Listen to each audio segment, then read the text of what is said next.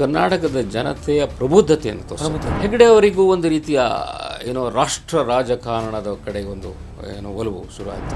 ಅವರು ತಮ್ಮ ಸಹೋದ್ಯೋಗಿಗಳನ್ನು ಅಷ್ಟು ಚೆನ್ನಾಗಿ ನೋಡ್ಕೋತಾ ಇಲ್ಲ. ದೇವೇಗೌಡರಿಗೆ ಕೆಲವು ಕಿರುಕುಳಗಳನ್ನು ಕೊಡ್ತಾ ಇದ್ದಾರೆ.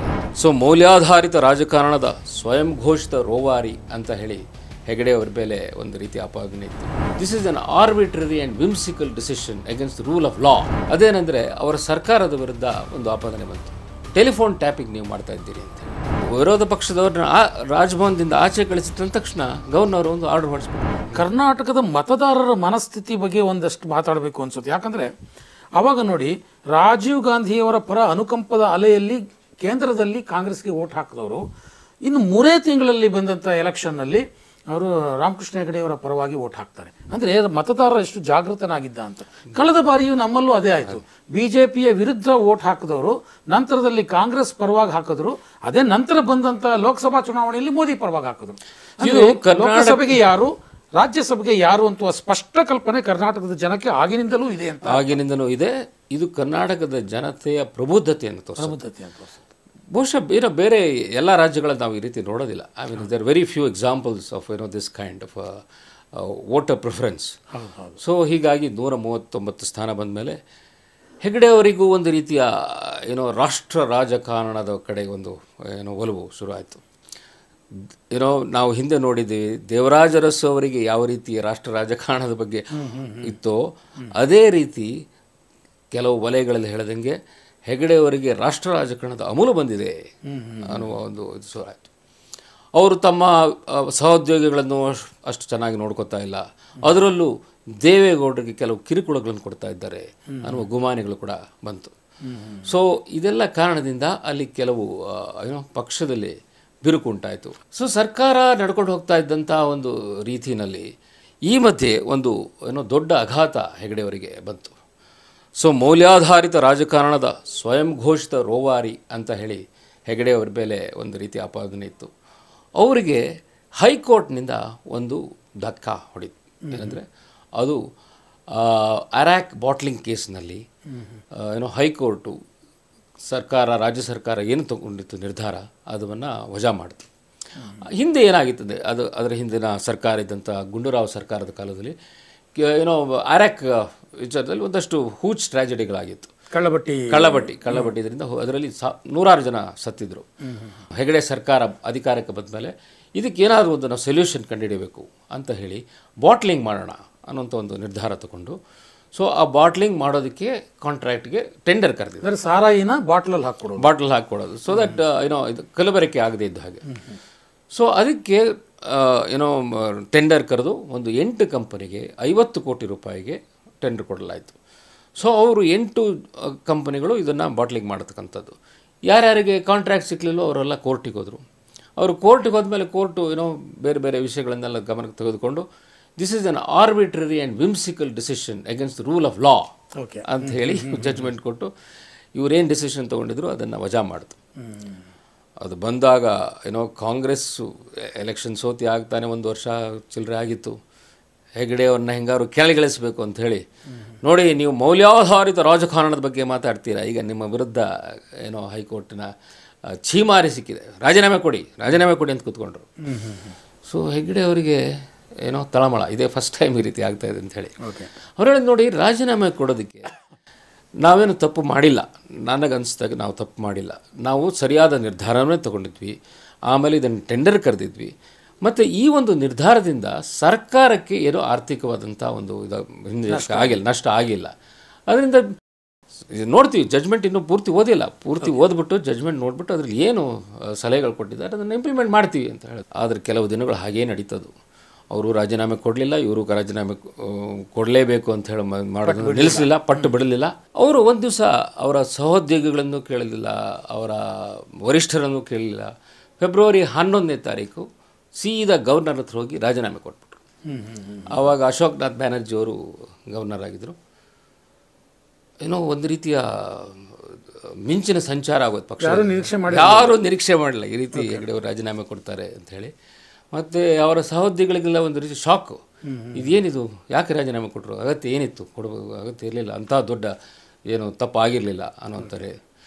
ಇಲ್ಲ ನಾನು ಏನೋ ನ್ಯಾಯಬದ್ಧವಾಗಿ ನಡ್ಕೊಂಡಿದ್ದೇನೆ, ನಾನು ಹಿಂತಗೊಳ್ಳೋದಿಲ್ಲ ಅಂಥೇಳಿ ಹೆಗಡೆ ಅವರು ಕೂತ್ಕೊಂಡ್ರು. ಅಷ್ಟೊತ್ತಿಗೆ ಬಂಗಾರಪ್ಪನವರು ವಿರೋಧ ಪಕ್ಷದ ನಾಯಕರಾಗಿದ್ದರು. ಜನತಾ ಪಕ್ಷದಲ್ಲಿ ಇದ್ದಂಥ ಏನೋ ಬಂಗಾರಪ್ಪನವರು ಆಮೇಲೆ ಎಲೆಕ್ಷನ್ ಎಲ್ಲ ಸೋತ ಮೇಲೆ ಕಾಂಗ್ರೆಸ್ ಕಡೆ ಹೋಗಿ ಅಲ್ಲಿಂದ ವಿರೋಧ ಪಕ್ಷದ ನಾಯಕರಿದ್ದಾಗ ಅವರು ಹೆಗಡೆ ಅವ್ರ ವಿರುದ್ಧ ದಾಳಿ ಶುರು ಮಾಡಿದ್ರು. ಸೊ ಗವರ್ನರ್ ಹತ್ರ ಹೋಗಿ ನೀವು ರಾಜೀನಾಮೆ ತಗೋಬೇಕು ಅಂತ ಹೇಳಿ. ಸೊ ರಾಜೀನಾಮೆ ಕೊಟ್ಟಿದ್ರು, ಬಟ್ ಇವರು ಅಕ್ಸೆಪ್ಟ್ ಮಾಡಿರಲಿಲ್ಲ ಗವರ್ನರ್. ನೀವು ಯಾಕೆ ಅಕ್ಸೆಪ್ಟ್ ಮಾಡ್ತಾ ಇಲ್ಲ, ತಗೊಳ್ಳಿ ಇಮಿಡಿಯೇಟ್ಲಿ ಅಕ್ಸೆಪ್ಟ್ ಮಾಡಿ, ಸರ್ಕಾರ ಚೇಂಜ್ ಆಗಬೇಕೀಗ ಅಂತೇಳಿ. ಸೊ ಇವರಲ್ಲಿ ಇನ್ನೂ ನಡೀತಾ ಇತ್ತು ಪಕ್ಷದಲ್ಲಿ ಏನು ಮಾಡಬೇಕು ಏನು ಅಂತ ಹೇಳಿ.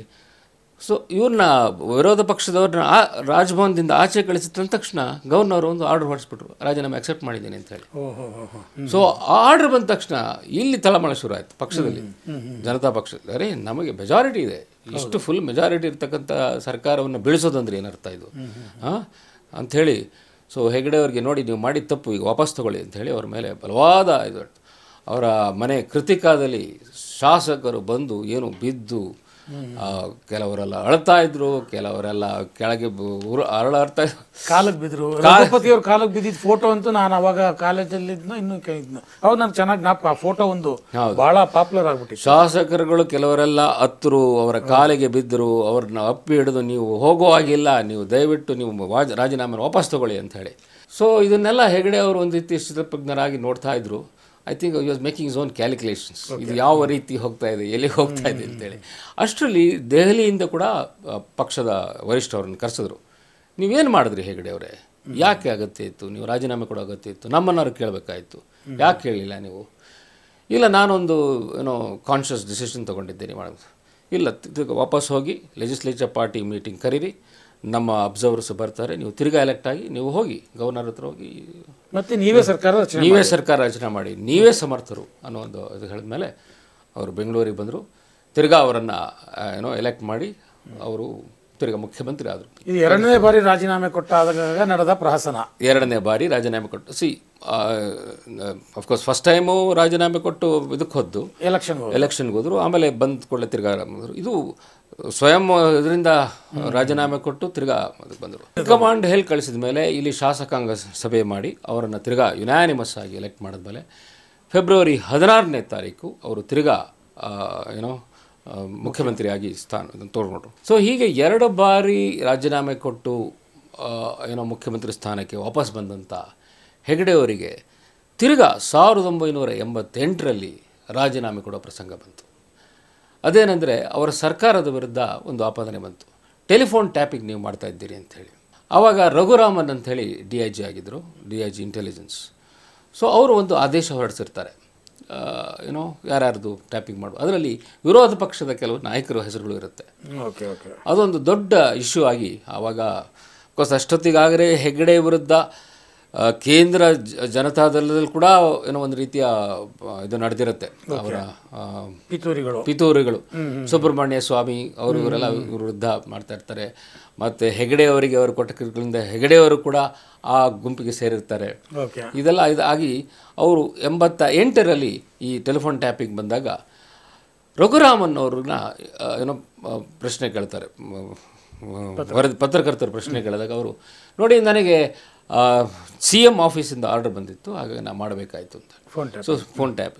ಸೊ CM ಆಫೀಸಿಂದ ಅಂತ DIG ಅವರೇ ಹೇಳಿದ್ಮೇಲೆ ಅದೊಂದು ದೊಡ್ಡ ಆಪಾದನೆ ಆಯಿತು ಹೆಗಡೆ ಅವರ ಮೇಲೆ.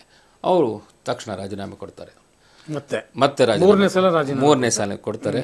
ಆದರೆ this time the was no coming back as chief minister. So ಯಾರೂ ಹೆಗಡೆ ಅವರಿಗೆ ನಿಮ್ಮ ರಾಜೀನಾಮೆ ವಾಪಸ್ ತಗೊಳ್ಳಿ ಅಂತ ಹೇಳಲಿಲ್ಲ. ಸೊ ಅವರು ಬೇರೆ ಎಲೆಕ್ಷನ್ ಆಯಿತು, ಬೊಮ್ಮಾಯಿಯವರು ಅಧಿಕಾರಕ್ಕೆ ಬಂದರು. ಅಂದರೆ ಕಳೆದ ಬಾರಿ ರಾಜೀನಾಮೆ ಕೊಟ್ಟಾಗ ಏನು ಅವರಿಗೆ ಬೆಂಬಲ ಇತ್ತು ಅದು ಪಕ್ಷದಲ್ಲೇ ಕಡಿಮೆ ಆಗಿತ್ತು. ನೋಡಿ ಇಷ್ಟೆಲ್ಲ ಆದರೂ ಕೂಡ ಹೆಗ್ಡೆ ಅವರ ಒಂದು ಖಚಿತವಾದಂಥ ನಿಲುವು ಮತ್ತು ಅವರ ಒಂದು ಏನೋ ಅವರ ವ್ಯಕ್ತಿತ್ವದ ವರ್ಚಸ್ಸಿನಿಂದಾಗಿ ಅವರು ರೆಲೆವೆನ್ಸ್ ಕಳ್ಕೊಳ್ಳಿಲ್ಲ, ರಾಜಕೀಯದಲ್ಲಿ ರೆಲೆವೆನ್ಸ್ ಕಳ್ಕೊಳ್ಳಿಲ್ಲ. ಮುಂದೆ ಕೂಡ ಜನತಾ ಪಕ್ಷ ಜನತಾ ದಳ ಆಗುವುದರಲ್ಲಿ ಅವರ ಪ್ರಮುಖವಾದಂಥ ಪಾತ್ರ ಇತ್ತು. ಆವಾಗಲೇ BP ಸಿಂಗ್ ಅವರು ಪ್ರಧಾನಮಂತ್ರಿ ಆಗುವುದರಲ್ಲಿ ಅವರ ಪ್ರಮುಖವಾದ ಪಾತ್ರ ಇತ್ತು. ಮತ್ತು ವಾಜಪೇಯಿ ಅವರ ಸರ್ಕಾರಕ್ಕೆ ಅವರು ನೀಡಿದಂಥ ಬೆಂಬಲ ಭಾಳ ಇಂಪಾರ್ಟೆಂಟ್ ಆಗಿತ್ತು. ಆಮೇಲೆ ಲೋಕಶಕ್ತಿ ಮಾಡಿ ಕರ್ನಾಟಕದಲ್ಲಿ BJP 13 ಸ್ಥಾನಗಳನ್ನು ಗೆಲ್ಲುವುದರಲ್ಲಿ ಅವರು ಪ್ರಮುಖವಾದಂಥ ಪಾತ್ರ ವಹಿಸಿದರು. ಇದೆಲ್ಲದರ ಜೊತೆಗೆ BJPಗೆ ಕರ್ನಾಟಕದಲ್ಲಿ ಒಂದು ನೆಲೆ ಸಿಗುವುದು ಕೂಡ ಹೆಗಡೆಯವರ ಒಂದು ಬೆಂಬಲ ಇತ್ತು, ಹೆಗಡೆಯವರ ಒಂದು ಸಪೋರ್ಟ್ ಇತ್ತು ಅನ್ನೋದು ಪ್ರಮುಖವಾದ. ಲೋಕಶಕ್ತಿ ಮತ್ತು ಬಿಜೆಪಿ ಮೈತ್ರಿ ಮಾಡಿಕೊಂಡು ಲೋಕಸಭೆಗೆ ಸ್ಪರ್ಧೆ ಮಾಡಿದೆ. ಅಂದರೆ ರಾಮಕೃಷ್ಣ ಹೆಗಡೆಯವರ 3ನೇ ಬಾರಿ ರಾಜೀನಾಮೆಯ ನಂತರದಲ್ಲಿ SR ಬೊಮ್ಮಾಯಿ ಅವರು ಅದೇ ಅವಧಿಯಲ್ಲಿ ಮುಖ್ಯಮಂತ್ರಿ ಆಗ್ತಾರೆ ಅಲ್ವಾ? ಹೌದು. ಸೊ ಅದಾದ ನಂತರದಲ್ಲಿ ಮುಂದಿನ ಬೆಳವಣಿಗೆಗಳು ಮುಂದಿನ ಬಹುಶಃ ಇನ್ನೂ ರೋಚಕವಾಗಿರುತ್ತೆ ಅನಿಸುತ್ತೆ. ಒಟ್ಟಾರೆಯಾಗಿ ರಾಮಕೃಷ್ಣ ಹೆಗಡೆಯವರ ಅವಧಿಯ ಕೆಲವು ಸ್ವಾರಸ್ಯಕರ ಘಟನೆಗಳನ್ನು, ಕೆಲವು ಪ್ರಕರಣಗಳನ್ನು ನೀವು ನಮ್ಮ ವೀಕ್ಷಕರ ಮುಂದೆ ಇಟ್ಟಿದ್ದೀರಿ. ಈ 3ನೇ ಸರಣಿಯೂ ಕೂಡ ಸಾಕಷ್ಟು ರೋಚಕವಾಗಿರುತ್ತೆ. ಅದನ್ನು ನಮ್ಮ ವೀಕ್ಷಕರು ಒಪ್ತಾರೆ ಅಂತ ನಾನು ಕೂಡ ಭಾವಿಸಿದ್ದೀನಿ. ಇಲ್ಲಿಯವರೆಗೆ ಬಂದು 3ನೇ ಸರಣಿಯ ಈ ರಾಮಕೃಷ್ಣ ಹೆಗಡೆಯವರ ಆಡಳಿತದ ಸಂಪೂರ್ಣ ವಿವರವನ್ನು ನೀಡಿದ್ದಕ್ಕೆ ಧನ್ಯವಾದಗಳು ಸರ್. ನಮಸ್ತೆ. ನಮಸ್ಕಾರ.